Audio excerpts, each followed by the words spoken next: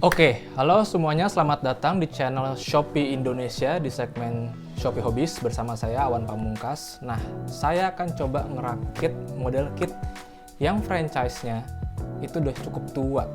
Biasanya anak-anak tahun 90-an itu akrab dengan franchise ini karena biasanya juga mereka pasti main game-gamenya.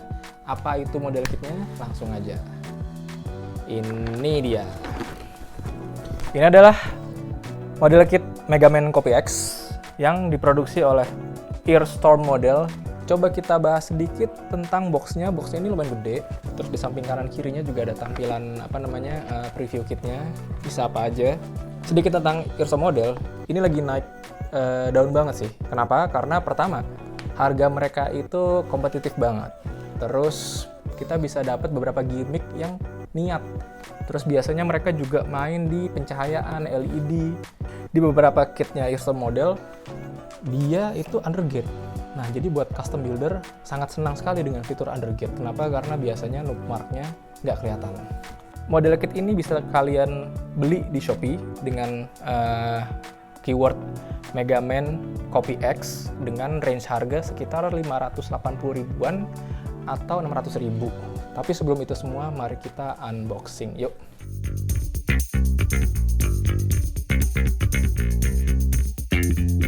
Oke, sekarang kita akan coba unboxingnya langsung nih di box yang lumayan gede. Kita lihat dalamnya. Langsung ada runner, isinya kayaknya mungkin satu plastik isinya dua ya. Ini biru muda dan biru tua. Terus langsung dikasih efek nih. Wah, ini kayaknya keren nih efeknya, transparan gitu sih.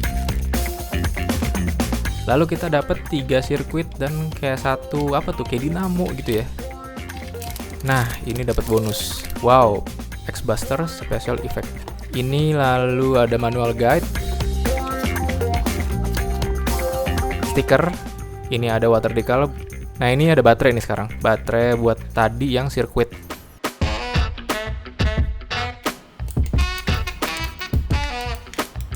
Nah, kita bisa ngerakit langsung beberapa parts yang udah tadi kita sempat potong-potong.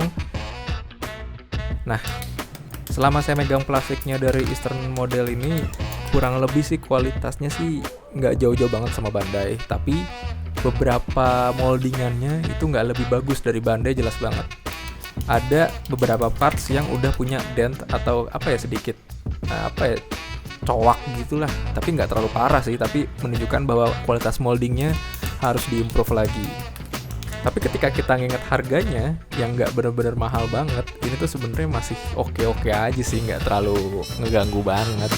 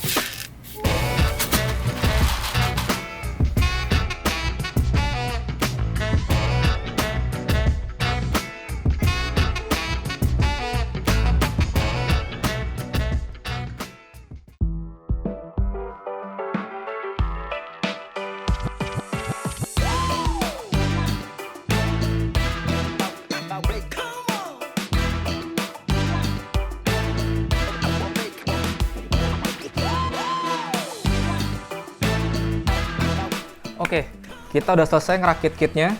Ada beberapa sedikit modifikasi, ada beberapa parts yang harus saya lem. Kenapa? Karena takut copot. Dan ternyata ada beberapa sedikit masalah di snap kitnya, jadi nggak terlalu mulus kayak buatan atau teknologinya Bandai. Nah, terus buat posable-nya juga ada beberapa bagian yang cukup oke. Sekarang kita coba proses ngamplas. Kertas amplas ini banyak macamnya. Nah, ini kalian bisa lihat nih, ada angka 1000, terus ada angka 800, ada angka 600. Ini tuh nunjukin tingkat kekasaran sebuah amplas, disebutnya grade. Ini tuh saya rasa cukup buat ngilangin noob mark. Jadi 600 yang paling kasar, 1000 yang paling halus. Nah, ini dia sanding sticknya. Jadi nanti ketika kalian udah kupas, terus kalian tempelin di belakangnya. Sanding sticknya juga macam-macam size-nya. Ukurannya ada yang medium, ada yang besar, ada yang bahkan kecil juga. Tuh, nah ini ada angka-angkanya juga tuh, jadi biar kalian gak lupa ini sebenarnya sanding sticknya kertas amplas yang grade berapa ya.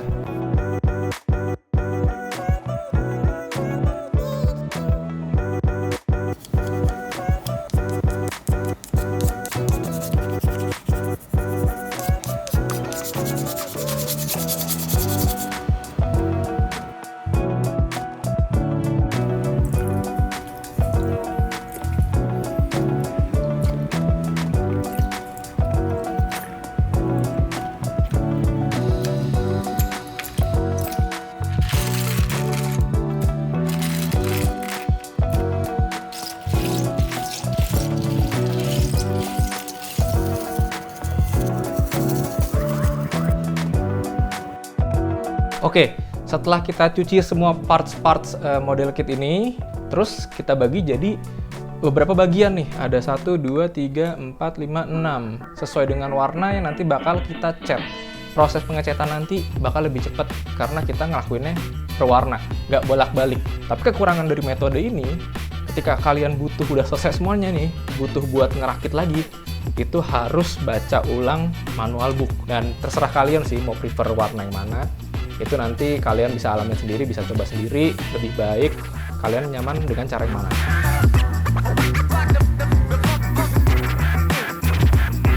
Nah, sebelum kalian cat kitnya, kita primer dulu pakai surfacer. Saya pakai Mr. Surfacer dari Mr. Hobby.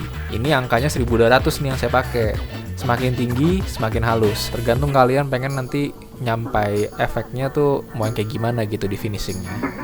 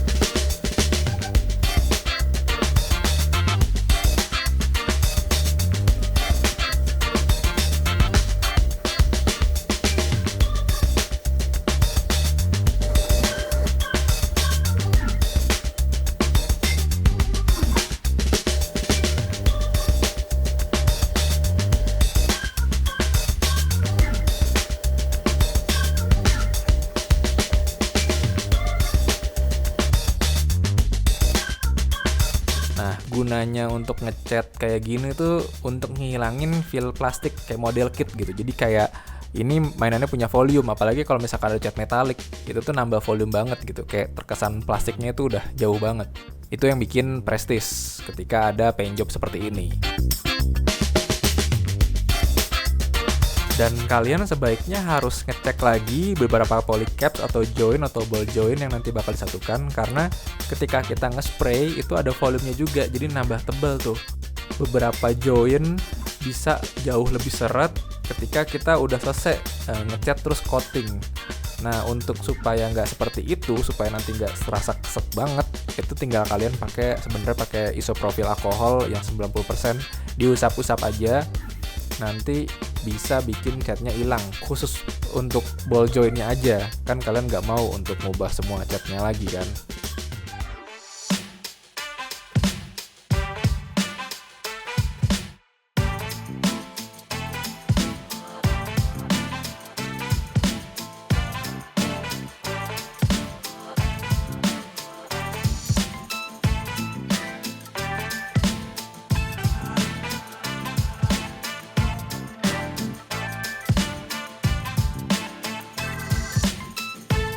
Untuk teknisnya pas lagi weathering, saya sih biasanya mulai dari sudut-sudut setiap bentuk. Saya coba mulai dari warna silver, pelan-pelan aja, dikit-dikit. Terus kalau misalkan kalian melakukan kesalahan atau ini kayak berlebihan nih weatheringnya, bisa kalian hapus pakai cotton bud atau pakai tangan sebenarnya. Nanti jadi akan sesuatu yang baru, sesuatu yang lebih natural, nggak apa-apa juga gitu. Biarin aja kelihatan dulu semuanya kayak gimana, nanti tinggal dihapus-hapusin, itu proses belakangan.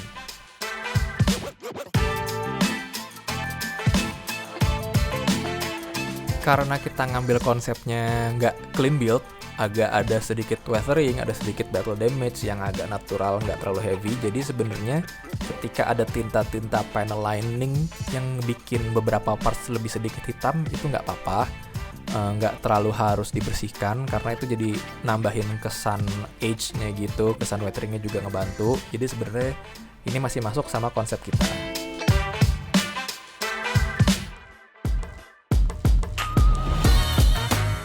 Nah, akhirnya kita tiba di tahap final coat. Tahap final coat ini bertujuan agar yang udah kita lakukan tadi tuh kayak panel lining, terus weathering, ada detailing, itu nggak kehapus saat kita megang model kitnya.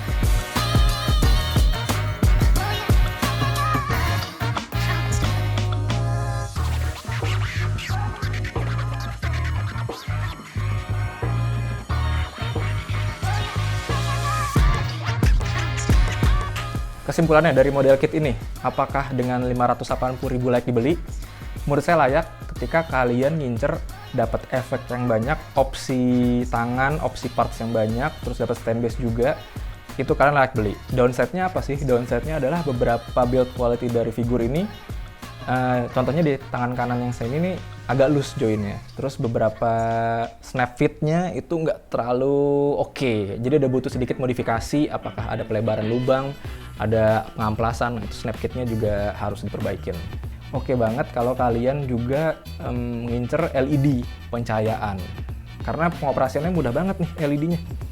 Nah, tinggal dipencet doang nyala, dipencet lagi, mati. Keren kan? Ini fitur yang mewah sebenarnya. Di Bandai itu hampir susah buat mengoperasikan LED gitu. Harus dibuka, terus dipencet, ditutup lagi beberapa parts. Nah, itu kayak gitu kalau di Bandai. Nah, sekian dulu untuk segmen Shopee Hobbies kali ini. Semoga kalian terhibur dan ada ilmu yang didapat dari video ini.